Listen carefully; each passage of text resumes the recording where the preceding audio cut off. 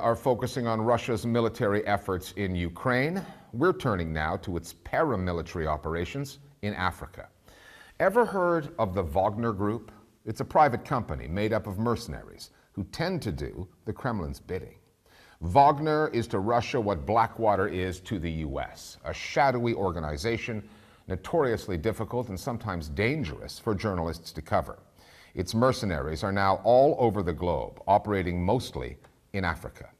The playbook there includes moving into a country that is politically divided, like Mali, taking a side, creating a partnership that results in Russia getting access to precious natural resources and advancing its own geopolitical interests.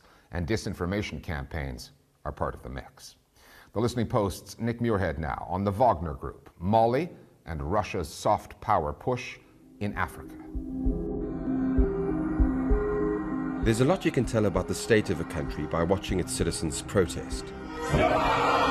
This is Bamako, the capital of Mali, earlier this year. The hostility towards France is clear and unsurprising. Mali was once a French colony.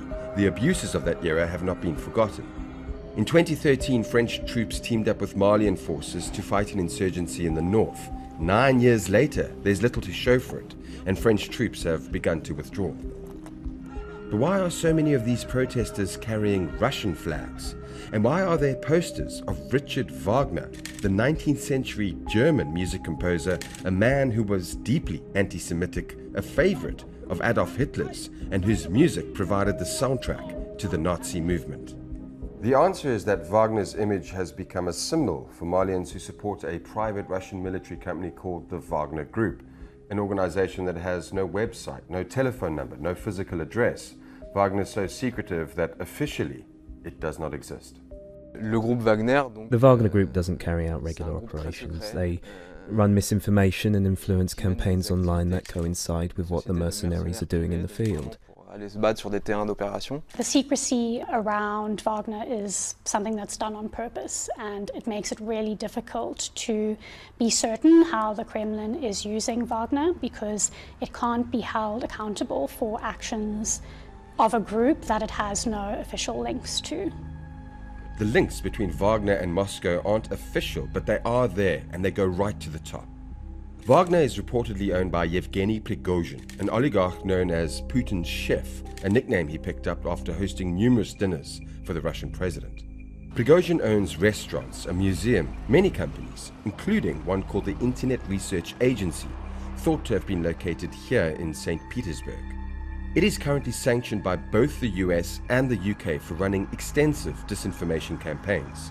And when you look at the countries where Wagner has been deployed, the Ukraine, Syria, the Central African Republic, Mali, a pattern emerges. Wagner mercenaries are deployed under the guise of military advisors to a country in political turmoil. They help prop up the embattled government, and in exchange, Wagner and possibly Russia get access to natural resources. Then comes the disinformation and propaganda that makes the arrangement seem like the country's best course of action. And when you scan social media in Mali over the past year, it explains, at least in part, why Malians are waving Russian flags while burning effigies of the French president. The social media posts that we saw really concentrated on blaming France for the militant insurgency in the northern parts of the country.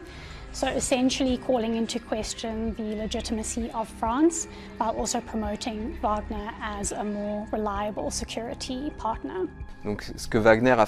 So what Wagner did is they funded anti-French rhetoric and pro-Russian campaigns while deploying their mercenaries to control certain areas and, as expected, gain access to Mali's gold. The argument of an invisible Russian hand in social media is an invention of the French elites who won't accept that they failed, because the Russians only started to take an interest in the region after the withdrawal of French troops was announced by French President Emmanuel Macron. Siga Jara is the only Malian journalist who agreed to speak with us. He owns Maliactu, one of the many Malian news outlets that now take a pro-Russian line, which isn't hard to do given the soft power push coming from Moscow.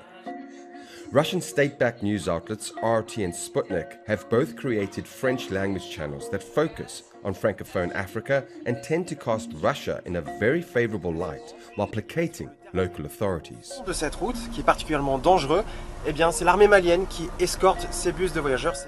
To increase their reach, RT and Sputnik have made their content freely available to African news organizations, and as many as 4,000 across the continent have taken them up on that offer.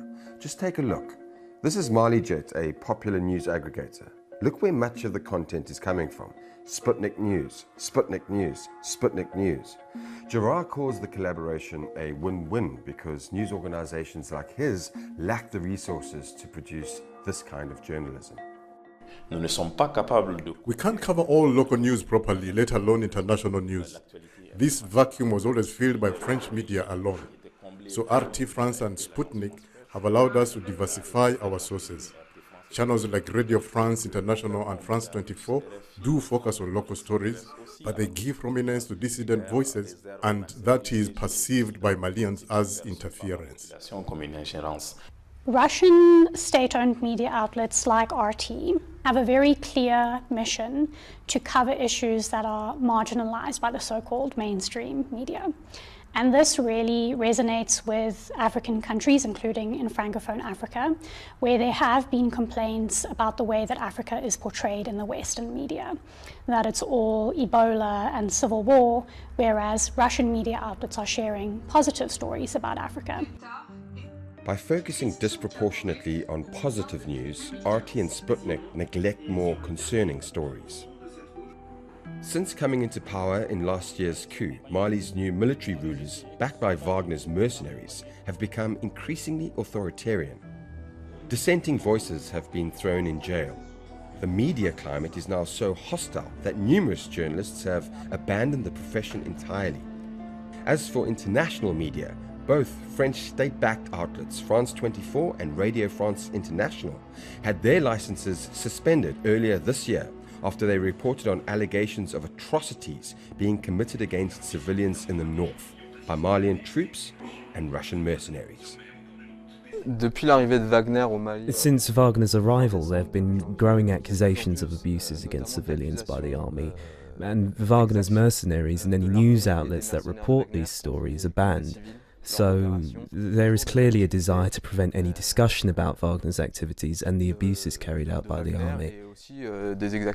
It also sends a very clear message to remaining local journalists and also foreign media outlets that are operating in Mali that certain topics are off limits.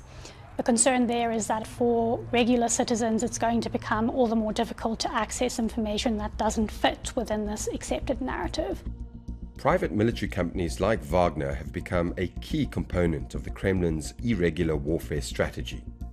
In 2015, Russian private military companies were active in 4 countries.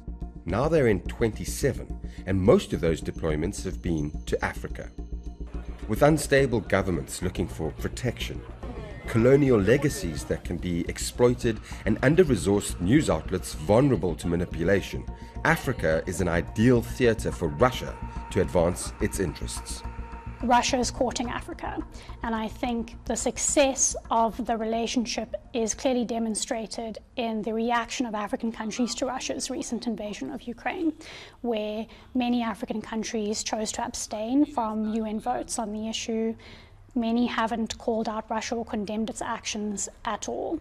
Thanks to the disenchantment with France, the Russians can present themselves as the new godfathers, and the local population may be open to it. And then, just like that, the Russians take the place of France and gain more and more influence on the continent.